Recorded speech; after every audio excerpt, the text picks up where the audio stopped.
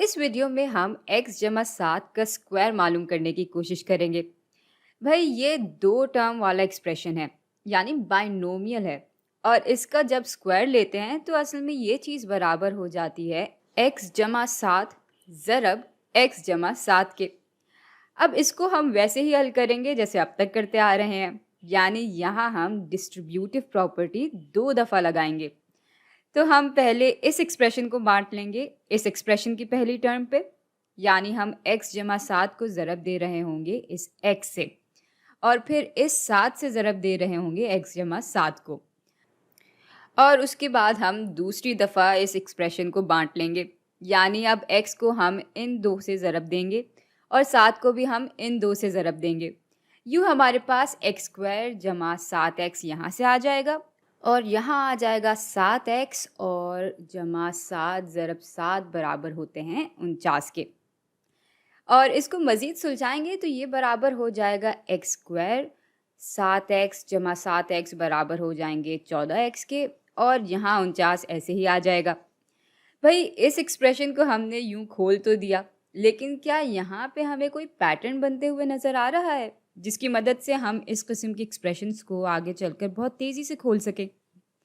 भाई अगर आपको याद हो तो एक शॉर्टकट तो हमने पहले भी बनाया था।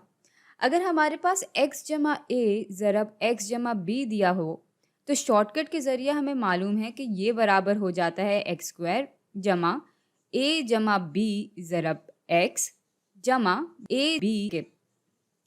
तो अगर यही शॉर्टकट हम इस तरह की मिसाल पे लगाएं जहां x जमा ए को ज़रब दिया जा रहा हो फिर से x जमा ए से, तब क्या होगा?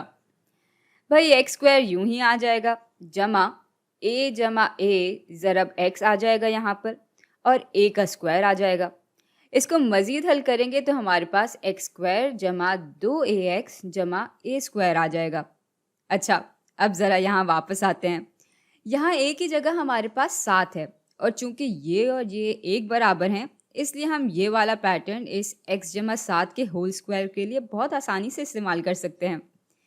तो इस पैटर्न के हिसाब से एक्स स्क्वायर आ जाता है, और फिर 2 ज़रब ए यानी 2 ज़रब 7 बराबर हो जाएंगे 14 के, और इसको हम ज़रब दे रहे होंगे x से, और फिर हम आखिर में 7 का स्क्वायर ले लेंगे जो बराबर आ जाता है 49 के। तो इस पैटर्न की मदद से भी हमें यही जवाब मिला।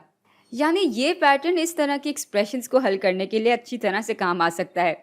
अब मिसाल के तौर पे अगर हमारे पास x माइनस 3 का होल स्क्वायर है तो यहाँ a बराबर है -3 के, और अब शॉर्टकट के हिसाब से हम पहले एक्स स्क्वायर लिखेंगे, फिर 2 ज़रब -3 ज़रब x लिखेंगे, और फिर -3 का स्क्वायर ले लेंगे। इसको हल करेंगे तो हमारे पास एक्स स्क्वायर माइनस 6x जमा 9 आ जाएगा। तो भाई कहने का मकसद ये है कि अगर आपको ये सारी बातें समझ में आ गई हैं तो अगली दफ़ा इस किस्म की बाइनोमियल एक्सप्रेशंस को हल करने के लिए आप ये पैटर्न इस्तेमाल करके फ़ौरन अपने जवाब तक पहुंच सकते हैं। इसमें बिल्कुल भी कोई ख़राबी नहीं है।